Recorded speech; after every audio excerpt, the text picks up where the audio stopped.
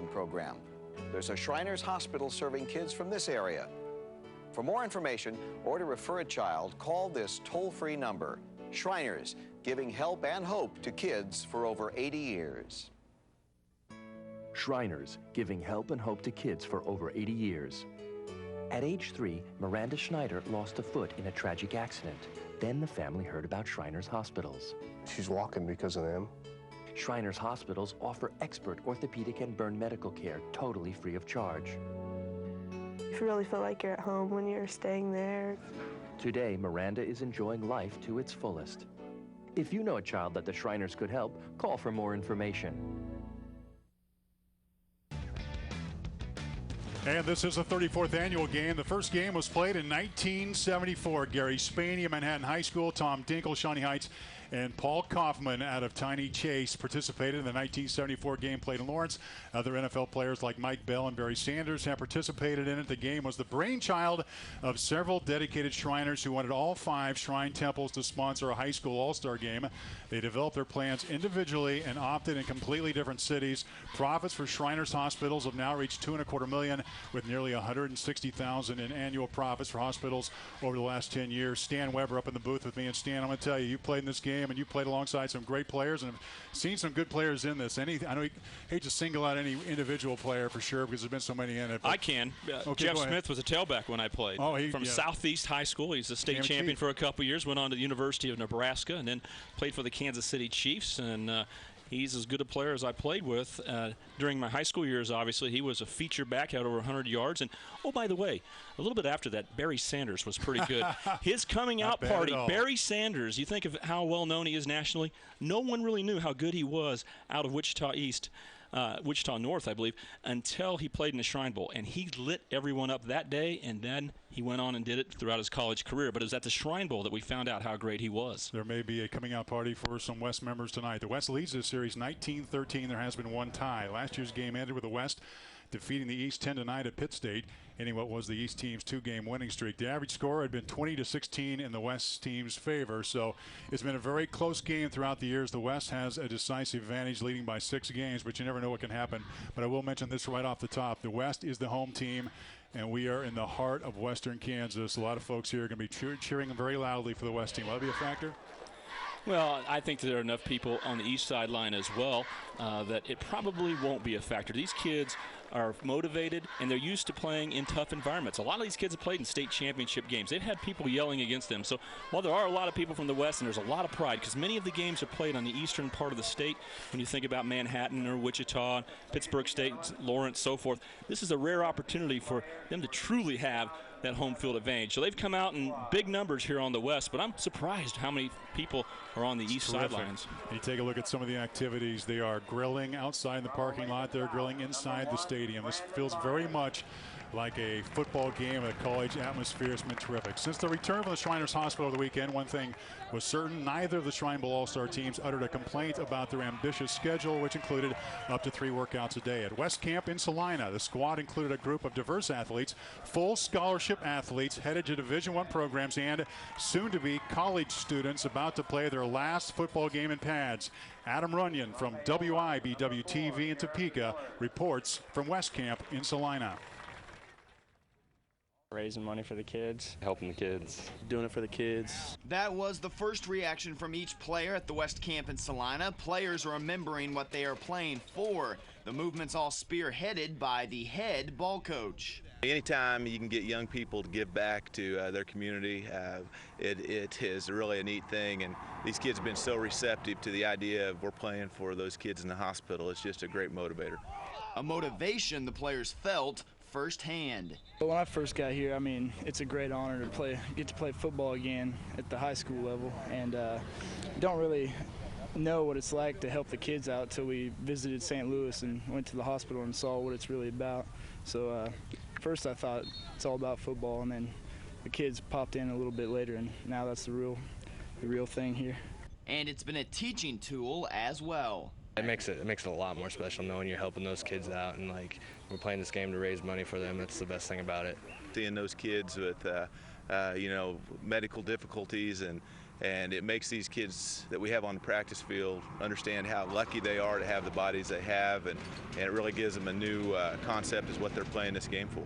And the lone goal of helping others has made this year's squad a tight-knit group on the field. It's fun being around these guys and joking around with a lot of them, and downtime is fun, and football is always fun on the field. We're like a family, kind of grown together the past couple days, so they're real cool guys. They're not only all great athletes, they're all really, really good kids, and you know, you can't ask for a better group in an all-star game. They're having fun together and really gelling and enjoying the experience.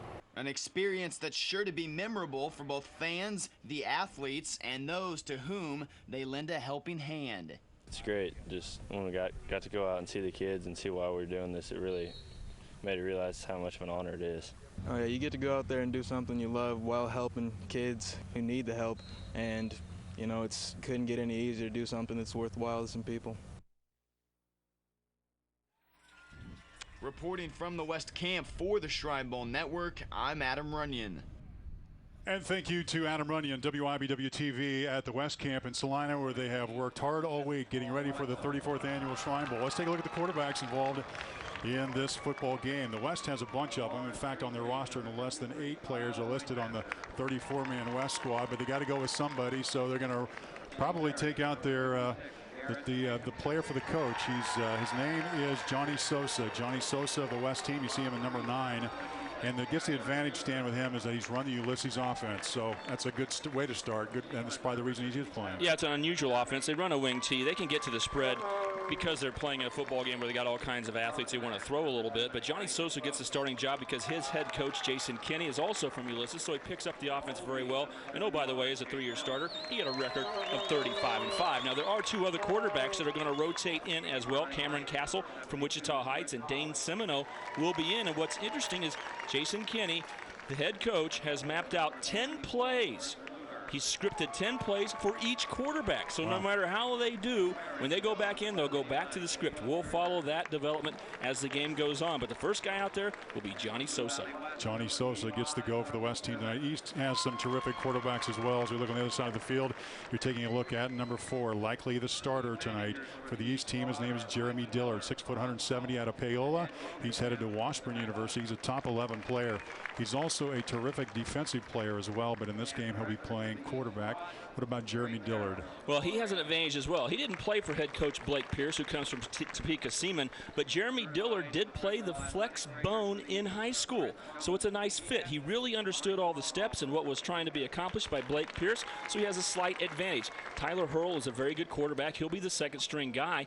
He went to Shawnee Heights. He has a scholarship to Northwest Missouri State, a team that plays at a national championship level in Division II football, but he's more of a throwing quarterback, so he's a backup in this game. We'll see if he can run the ball in this flex bone, or they'll have him throw the football more. But Jeremy Dillard will be the guy counted on early for the East squad, and he's not going to have to rotate as much. Lately, in the last few years, we've seen quarterbacks changed on every series. I don't expect that from the East squad. Head coach Blake Pierce is going to let Jeremy Dillard play for a while, and then Tyler Hurl will get a chance at some point in the game.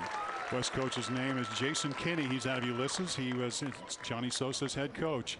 And the thing you know about Jason Kinney is he runs an offense that he doesn't want to know. He doesn't want the other team to let you know who's carrying the football. It's kind of the secret there. And he kind of laughed because as a broadcaster, you want to see he clearly has the football so you can describe it from at home. But his idea is don't let the other team see who has the football. So well, the great thing is these cameras from Metro Sports in Kansas City will not let you miss the football. They will be on it, and we'll have replays to show you even more. So one of the great things about television and football is that you can see it better than you can often when you're sitting in the stands.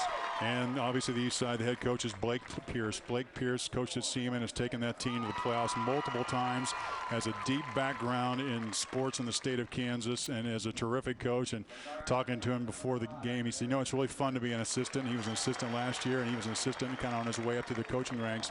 But I'm the head coach tonight, and the hay is in the barn, as they said, and I hope that everything turns out okay.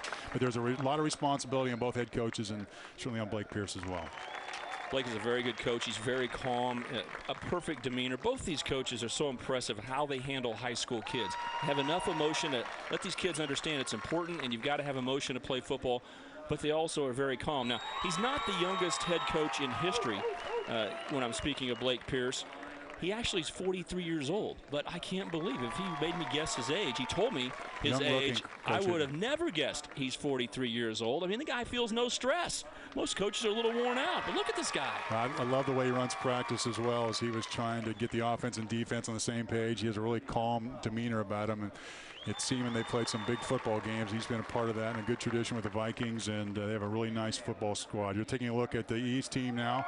East team will be dressed in white. They have the red jerseys, red numbers rather, and the home team, that's the West team. The West will be in green. Those are gold jerseys, and consider the West team the home team on the scoreboard this evening. Game's purpose: one, provide financial aid and support for the Shriners Hospitals for Children. Proceeds from this game support the Shriners Hospitals for Children, a network of 22 hospitals that provide expert and no-cost orthopedic and burn care to children under 18. Two, to promote Kansas high school sports and the state's top athletes. Strong legs run so weak legs may walk. That is our pregame show. Opening kickoff is on the way after this.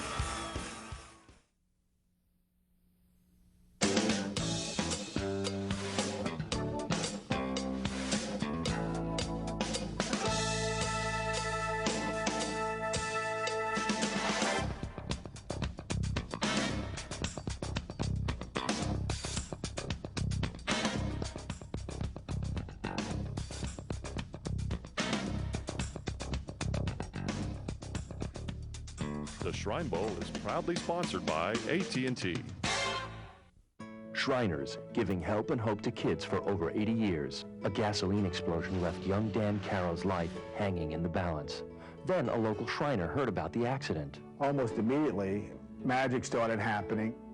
Shriners Hospitals offer expert orthopedic and burn medical care totally free of charge.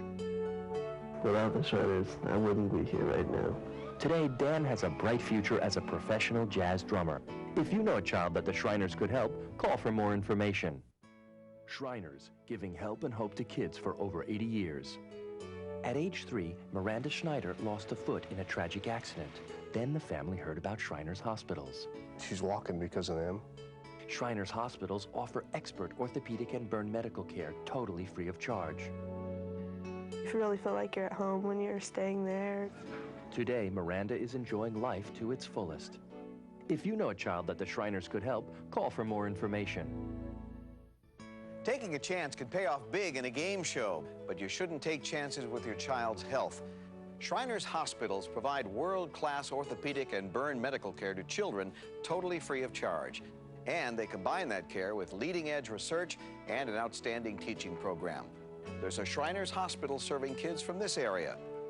For more information or to refer a child, call this toll-free number. Shriners, giving help and hope to kids for over 80 years. Shriners, giving help and hope to kids for over 80 years. A gasoline explosion left young Dan Carroll's life hanging in the balance. Then a local Shriner heard about the accident. Almost immediately, magic started happening.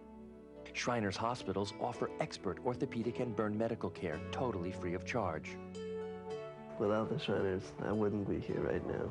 Today, Dan has a bright future as a professional jazz drummer.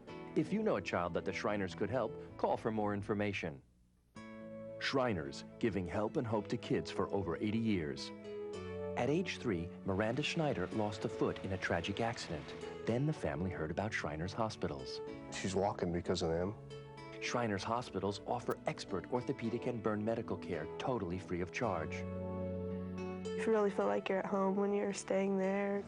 Today, Miranda is enjoying life to its fullest. If you know a child that the Shriners could help, call for more information.